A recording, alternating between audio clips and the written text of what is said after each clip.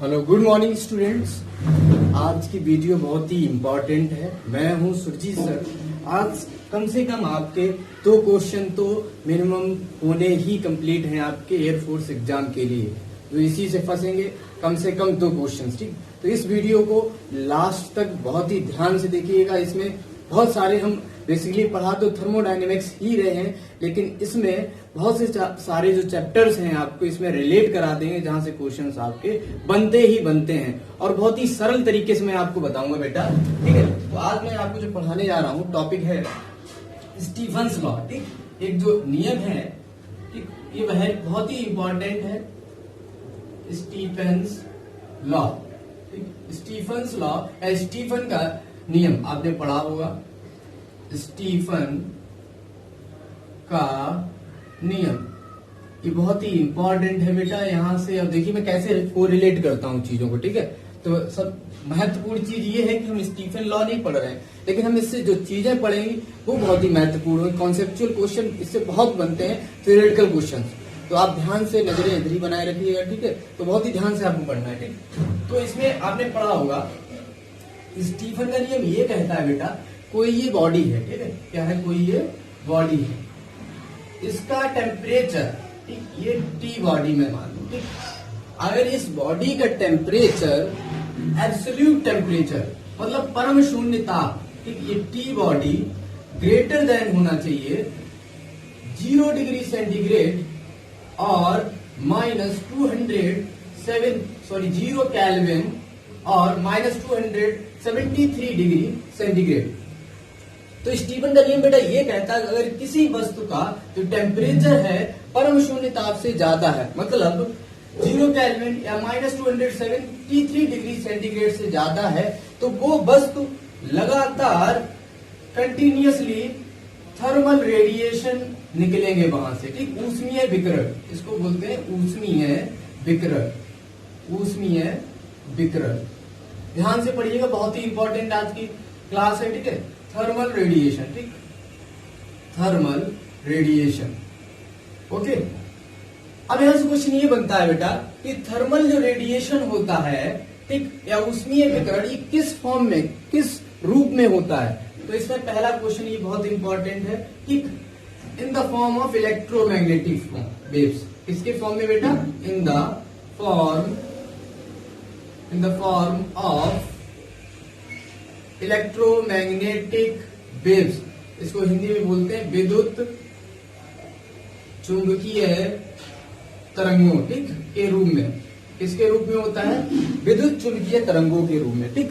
दूसरी बात ये पूछ लेता है बेटा, ये क्वेश्चन काफी बार पूछे गए हैं, ये सारे क्वेश्चन रट डालिए। एक तो परम शून्य ताप कितना होता है? 0 केल्विन या -273 डिग्री सेंटीग्रेड। कभी भी टेम्परेचर इससे स्केल पर कम नहीं हो सकता है, ठीक। दूसरी बात, जो ऊष्मीय विकिरण होता है किस पे होता है? विद्युत चुंबकीय तरंगों पर, ठीक। और तीसरी बात हम जो पढ़ा चुके हैं, जो विकिरण होता है इसके लिए माध्यम की आवश्यकता नहीं पड़ती है।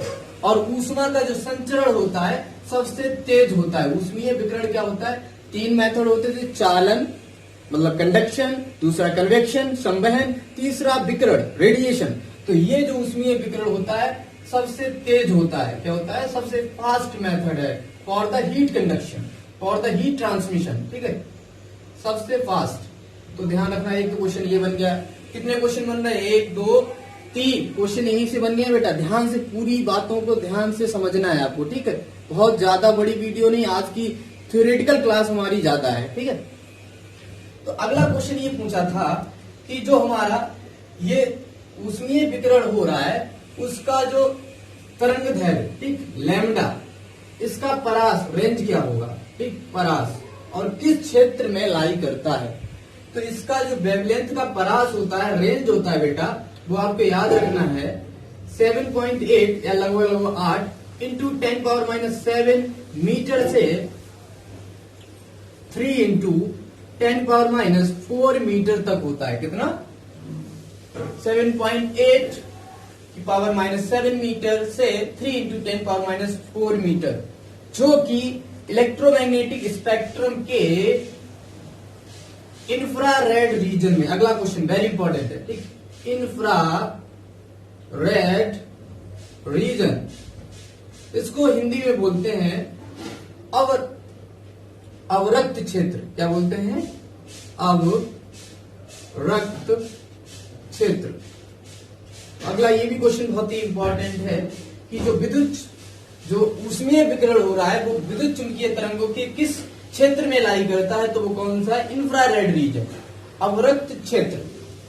इससे पहले हम बार बार विद्युत चुंबकीय तरंगे बोल रहे हैं तो आपका उसका थोड़ा सा बेसिक रटा देते हैं, वहां से भी क्वेश्चन पक्का आना होता है। देखिएगा, मैं यहां से ऑप्टिक्स के भी 1-2 क्वेश्चन खत्म कराएंगे, ठीक।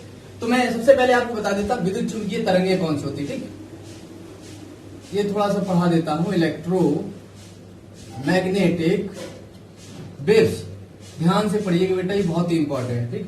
तो कैसे याद रखना है आपको? ऐसे याद रखना है, सुनो जरा एक्स तुम भी, आई एम रेडियो।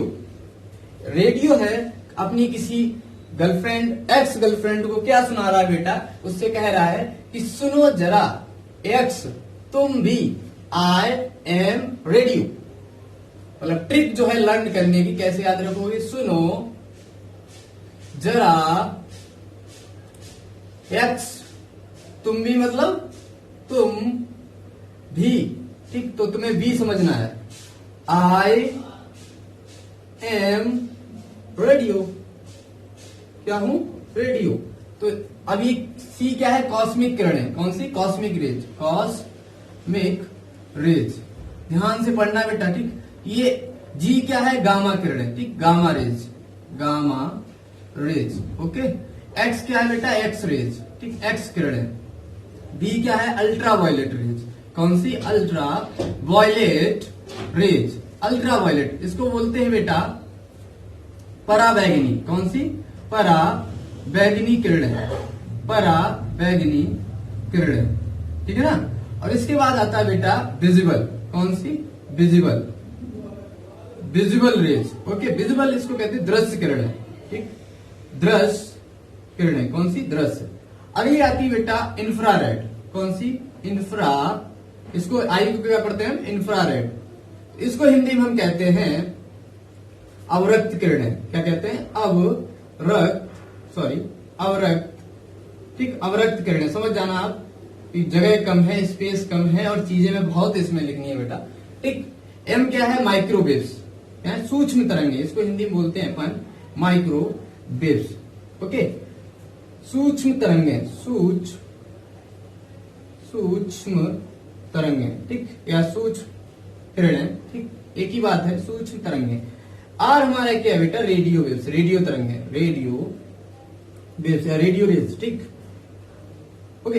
अब इसमें क्वेश्चन कैसे कैसे बनता है बेटा? देखिए, आपने एक टर्म पढ़ा होगा, किसी भी अगर कोई भी यहां से रेडिएशन ई, जिसके पास एनर्जी ई है, तो आपने पढ़ा होगा E is equal to H C by lambda. एक इनके करस्पॉन्डिंग आपने क्या है? एक रिलेशन पढ़ा होगा, पढ़ा है। एक पढ़ा होगा E is equal to H nu, ठीक, एच न्यू। और ये कहां से है? सी इज इक्वल टू क्या होता है? Lambda into new. तो यहां से ये वैल्यू रख देंगे तो न्यू आ जाएगा, सी अपॉन लैम्डा, ठीक। अब तो एक क्वेश्चन और क्या बनता है कि बेटा जैसे जैसे इसी ऑर्डर में आज रखना है, सुनो जरा एक्स तुम भी, आई एम रेडियो। इस बार क्वेश्चन आया था नेवी में भी इसी बात जो है, ठीक। तो आपको याद रखना है, जैसे जैसे आप टॉप टू बॉटम आएंगे, क्या आएंगे? Top to bottom. अगर टॉप, ये रहा बेटा टॉप और ये बॉटम है, ठीक। अगर टॉप टू बॉटम आएंगे तो इसकी एनर्जी जो है बेटा कम होती जाएगी। अगर क्वेश्चन पूछ लेता है ऐसी 3-4 किरणें दे दे, बताओ सबसे ज्यादा ऊर्जा किसकी हुई, तो सबसे ज्यादा ऊर्जा किसकी होगी? कॉस्मिक। या कॉस्मिक जनरली एग्जाम में नहीं पूछा जाता है, यहां से स्टार्ट होता है, ठीक। वो तो हमने आपको ट्रिक बनाने के लिए ये भी बना दिया है, ठीक। तो आपके सिलेबस में यहाँ से ज्यादा बहुत ये गामा किरणें होगी, एक्स ही बहुत ज्यादा पूछी जाती है।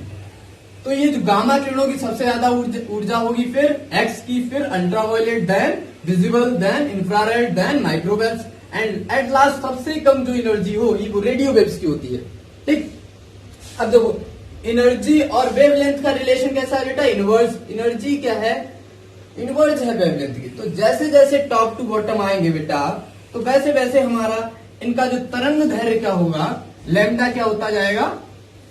बढ़ता जाएगा, तो सबसे ज्यादा तरंग दैर्घ्य कौन सी किरणों को होता है? रेडियो वेव्स का।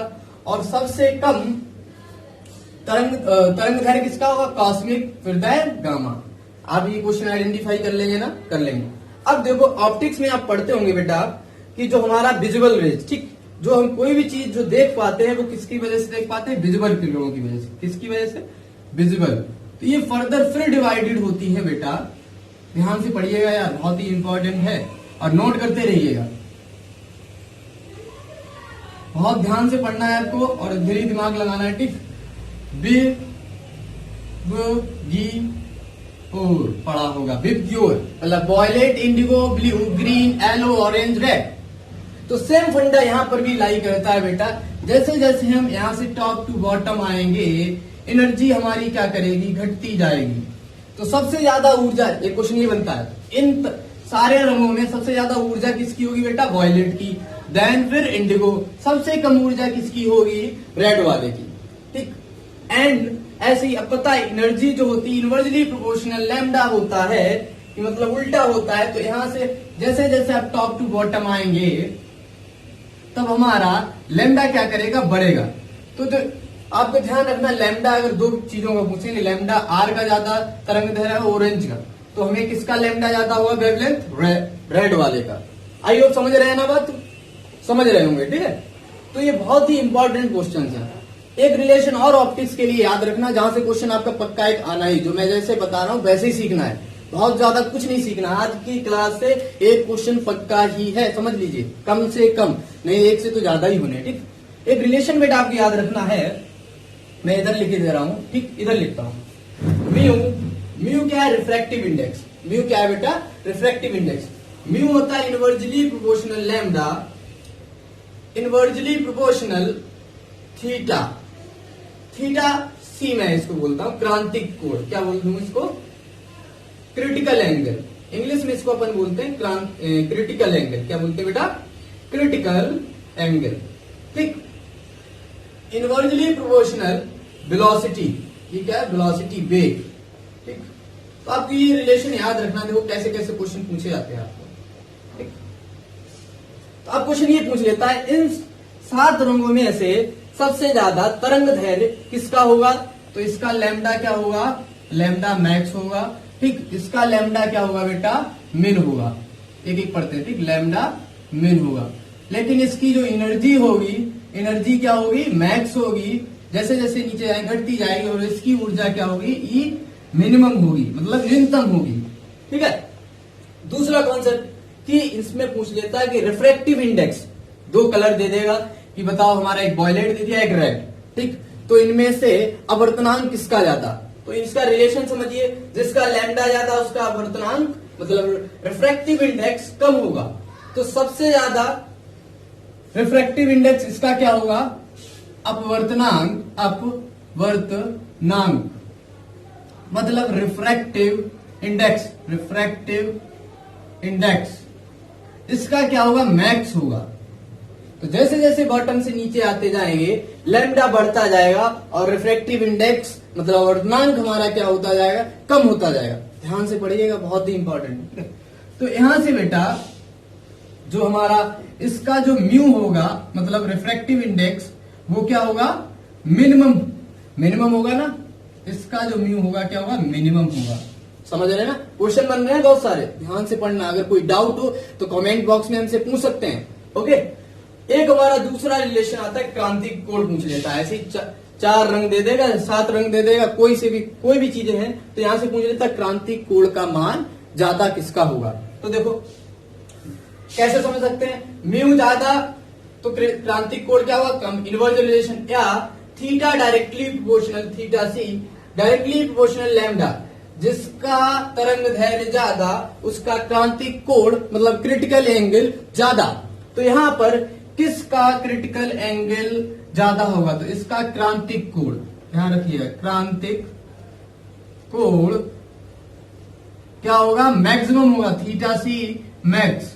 मतलब सबसे ज्यादा इन रंगों में सबसे ज्यादा क्रांतिक कोण क्रिटिकल एंगल रेड वाले का होगा। किसका होगा? रेड वाले का। और सबसे कम इसका थीटा क्या होगा बेटा? थीटा सी मतलब क्रिटिकल एंगल मिनिमम होगा। जैसे जैसे जाएंगे जैसे टॉप टू बॉटम जाएंगे वैसे ही हमारा क्रिटिकल एंगल क्या करेगा, बढ़ता जाएगा। ध्यान से समझिएगा, बहुत ज्यादा चीजें कोरिलेट हो रही हैं तो आपको बहुत ही ध्यान से पढ़ना है। कुछ नहीं, ये रिलेशन याद रखने बस, और सारे क्वेश्चन अपने आप एक बार आप समझने की कोशिश करेंगे तो बहुत ही सरल है। देखिए कितने मैंने क्वेश्चन करा दिए और सारे थ्योरेटिकल क्वेश्चंस ही हैं, ठीक है ना। अब देखिए एक और मैं थोड़ा सा इसको मैं रफ कर दूं बेटा, आई होप समझ गए, तो मैं थोड़ा सा और आपको समझा ले जाऊं। इसको जरा सा आपने नोट कर लिया, नोट कर लिया ना, ठीक है। मैं इस पोर्शन को थोड़े से क्या करता हूं, रफ करता हूं, जिससे मैं चीजों को जो बताना चाह रहा हूं वो इसमें और बता दूं। कैसे क्वेश्चन हमारे आजकल का यार कॉम्पिटिटिव का फंडा ही यही है कि हमारे एक चैप्टर से नहीं आता है, वो कंबाइन करने की कोशिश करते हैं। हम देखो कैसे कंबाइन करते हैं, यहाँ से ऑप्टिक्स को या थर्मोडायनेमिक्स के कैसे हम रिलेट करेंगे वो मैं अभी आपको सिखाऊंगा, ठीक है। चलिए बेटा, तो ये वाला आपने लिख लिया होगा, ठीक। बहुत सारे क्वेश्चन हो रहे हैं बेटा, एक ही वीडियो में जरा से शॉर्ट में आप कम से कम 15-20 क्वेश्चन तैयार कर ले रहे हैं, बहुत बड़ी बात है बेटा, ठीक है। तो ध्यान से आपको पढ़ना है, ध्यान से समझना है बेटा, बहुत ही ध्यान से, ओके। तो स्टीफन का नियम पहले समझ लीजिए, ठीक, इसी से मैं को रिलेट कराऊंगा आपका बेटा। स्टीफन का लॉ यही कहता है किसी बॉडी के पास अगर उसका एब्सोल्यूट टेम्परेचर से कोई टेम्परेचर T है, वो हमारा अगर इस सराउंडिंग का टेम्परेचर T नॉट है, तो अगर उससे ज्यादा है मतलब T is greater than T not, तो यहां से क्या हुआ, थर्मल रेडिएशन निकलेंगे। क्या निकलेंगे बेटा, थर्मल रेडिएशन, ठीक। तो इन थर्मल रेडिएशनों की जो तीव्रता होती है, क्या चीज, इंटेंसिटी। ध्यान से समझिएगा, थोड़ा बुक में लैंग्वेज बहुत अड़बड़ी होती है, ठीक, तो मैं गड़बड़ी वाली नहीं पढ़ाऊंगा, मैं आपको एकदम बेसिक फंडे वाली पढ़ाऊंगा। जो उसकी तीव्रता होती है वो उसके एब्सोल्यूट जो भी टेम्परेचर है बॉडी की, उसकी फोर्थ के पावर के डायरेक्टली प्रोपोर्शनल होता है, ठीक। अब एक टर्म मैं समझाऊंगा आपको कि हमारा ये इंटेंसिटी क्या होती है, तीव्रता। इंटेंसिटी कुछ नहीं होती बेटा, एनर्जी पर यूनिट एरिया पर सेकंड, मतलब कितनी ऊर्जा प्रति इकाई क्षेत्रफल प्रति सेकंड गिर जाती है बेटा, उसको ही अपन क्या कहते हैं, तीव्रता, ठीक। तो ये भी क्वेश्चन बहुत ही इंपॉर्टेंट है, यहां से मैं, ये भी क्वेश्चन बन रहा है, ध्यान रखिएगा, ये भी क्या है, क्वेश्चन है वेरी इंपॉर्टेंट। तो इसका मात्रक पूछ लेता है, तीव्रता का मात्रक बताओ, तो ऐसा ही मात्रक बताओ। यहां से बेटा क्या होगा, मैं कोरिलेट कर रहा हूं, ये भी ऑप्टिक्स का ही क्वेश्चन है बेटा, मैं देखो कहां से कहां ले जा रहा हूं, तो आपको कहां से कहां जाना है, कहीं से भी पूछ ले, समझ रहे हैं ना। तो एनर्जी का क्या होता है बेटा, जूल, एरिया का क्या होगा, मीटर स्क्वायर, टाइम का क्या होगा, सेकेंड, और इसका क्या हो सकता है बेटा, जूल पर सेकेंड को ही हम क्या कहते हैं, वॉट, पावर। तो वॉट पर मीटर स्क्वायर, एक तो इसका ऐसा ही मात्रक ही होगा। इसकी विमा क्या हो जाएगी, तीव्रता की डायमेंशन, तो सिंपली बता दो mL2T-2, एरिया की L2, टाइम की T, ये जाएगा क्या हो जाएगा बेटा, M, L2 से L2 कैंसिल आउट हो जाएगा ना, हो जाएगा, तो हो जाएगा MT -3। सिंपली ये क्वेश्चन पूछे गए बेटा, बहुत ही इंपॉर्टेंट है, बहुत बार। तो अब देखो यही हमारा क्या है, ये हमारा लॉ कैसा बन जाता है जो बुक्स में लिखा होता है, ठीक। तो मैं ये कह सकता हूं एनर्जी पर, यहां से इन दोनों सी को रिलेट कर सकता हूं ना, एनर्जी पर यूनिट एरिया पर second directly proportional temperature, this is the temperature की पावर 4। अब बता फिजिक्स में यार जहां पर भी प्रोपोर्शनलिटी आ जाती है वहां पर एक नया कांस्टेंट आता है, क्या आता है, कांस्टेंट आता है, जिसको हम यहाँ पर क्या बोलेंगे, E-A-T, एक नया कांस्टेंट आ जाएगा जिसको कहते हैं स्टीफन्स कांस्टेंट या स्टीफन का नियतांक, आपने हिंदी में बोलते होंगे ना, ठीक। तो T की पावर 4 बहुत ही इंपॉर्टेंट है बेटा। तो ये रूल हम और कैसे लिख सकते हैं, E equal to E A sigma या T, ये प्रति सेकंड ही रहने दो, ठीक, T की पावर 4, आपको ऐसे याद रखना, बहुत ही इंपॉर्टेंट है, ठीक। अब देखो इसी बार हमारा जो पूछा गया था स्टीफन, ये क्या है, स्टीफन्स कांस्टेंट, ये क्या है, स्टीफन्स कांस्टेंट, स्टीफन का नियतांक, स्टीफन का नियतांक, ठीक। तो बेटा एक तो इसकी वैल्यू कितनी होती है आपको याद रखनी है, इसकी जो वैल्यू होती है सिग्मा वो होती है 5.67 इंटू 10⁻⁸ वॉट पर मीटर स्क्वायर केल्विन की पावर 4। तो बहुत ही जो वेरी इंपॉर्टेंट चीज है इसमें वो ये है कि सिग्मा का एसआई मात्रक, मैंने लिख दिया सीधे, सिग्मा का एसआई मात्रक। तो क्या होता है बेटा, देखो यहीं से मैं पहचानूंगा। सिग्मा अगर इधर ले जाएंगे तो देखो ये सारी चीज इधर भेज दो, तो एनर्जी का क्या होता है, एनर्जी का जूल, ठीक, एरिया जाएगा या एनर्जी ये क्या हो जाएगा पर सेकेंड, इधर ये आएगा एरिया पर मीटर स्क्वायर, और ये केल्विन की पावर 4। जूल पर second is nothing but this is what, this is what. तो यहां से बेटा हमें क्या समझ में आया, तो वॉट पर मीटर स्क्वायर केल्विन की पावर 4 वेरी इंपॉर्टेंट है बेटा, ये वेरी वेरी वेरी इंपॉर्टेंट, रट डालिए इस चीज को, ठीक है। अब इसका बिमा पूछी गई थी, ये सारे बेटा डिफेंस के ही क्वेश्चंस हैं, सारे थ्योरेटिकल, सिर्फ वन शॉट में ही सारे देखिए, सारे क्वेश्चंस बहुत ही अच्छा, मतलब आपको ध्यान से इधर देखना है, कहीं भी दिमाग इधर उधर नहीं लगाना है, ठीक। तो यहां से देखो डायमेंशन, इसकी बिमा क्या होती है बेटा, बस हमें मात्रक पता है बेटा, जूल की क्या होती है ml2, बच्चों की तरह सॉल्व करिए, ml2 t-2, सेकेंड की बेटा t, मीटर की L2, केल्विन यही रहा, केल्विन पावर 4, L2 से L2 जाता, फिर क्या आता बेटा, चलो इसकी जो डायमेंशन आता है बेटा m t-3 k की पावर -4, this is the dimension of Stefan's constant. ये बेटा बहुत ही बार आपकी पूछी है, ठीक। तो यहां से आपको ये ध्यान रखना है, जो एनर्जी होती है, एनर्जी पर यूनिट एरिया पर सेकेंड, यही यार इसको बोलते हैं इंटेंसिटी। इंटेंसिटी जो होती है टेम्परेचर की पावर 4 के बराबर होती है, कितनी, उसके टेम्परेचर के 4th पावर के डायरेक्टली प्रोपोर्शनल होती है। तो देखो, अच्छा एनर्जी यहां से आई होप दिख रहा होगा बेटा, मैं थोड़ा सा हटा दूं इसको, या समझ में इसे, ठीक है। एनर्जी जो होती है यहां से आप समझ जाएंगे, यहीं पे आना है, ठीक है आपको। तो देखो एनर्जी क्या है बेटा, डायरेक्टली प्रोपोर्शनल टी की पावर 4, लेकिन हम जानते हैं एनर्जी क्या होता है 1/λ, ठीक। तो मैं और क्या कह सकता हूं, यहां से हमें कंक्लूजन दोनों इक्वेशन से निकलेगा कि लैम्डा जो है इनवर्सली प्रोपोर्शनल होता है टी की पावर 4। हमें उससे नहीं मतलब, बस हमें इससे मतलब है कि लैम्डा और टेम्परेचर में इनवर्स रिलेशन होता है, पावर से मतलब नहीं है। तो क्वेश्चन कैसे बनना है, यहां से ध्यान से देखिएगा, ठीक। तो क्वेश्चन ये ऐसे बनना है कि जैसे जैसे हम किसी वस्तु को मान लो हीट करते हैं, क्या देते हैं, उसको गर्म करते हैं, तो ये पूछता है कि उसके कलर कैसे चेंज होते हैं। तो देखो यार, जिसका तरंग दैर्घ्य ज्यादा हुआ, जिसका, मैं ये रफ कर दूं बेटा, आई होप आपने लिख लिया होगा ना, इतना लिख लिया ना, तो इसी में समझाता हूं, जल्दी से नोट करिए, स्क्रीनशॉट ले लीजिए, ठीक है। फिर मैं इतनी चीजों को रिवाइज कराता हूं, कर लिया होगा ना बेटा। चलिए मैं इसको अभी इतने चीज को हटा देता हूं, ठीक है, बहुत ही इंपॉर्टेंट है बेटा ये चीज है, ऐसा बहुत ही कम मिलेगा, काफी इसमें देखो इलेक्ट्रोमैग्नेटिक वेव्स भी खत्म हो रही है, मतलब काफी क्वेश्चंस उसके, थर्मोडायनेमिक्स भी रिलेट हो रही है, ऑप्टिक्स भी रिलेट हो रही है, तो यही कंपटीशन है बेटा, nothing, competition nothing but this is something you have to study complex, okay.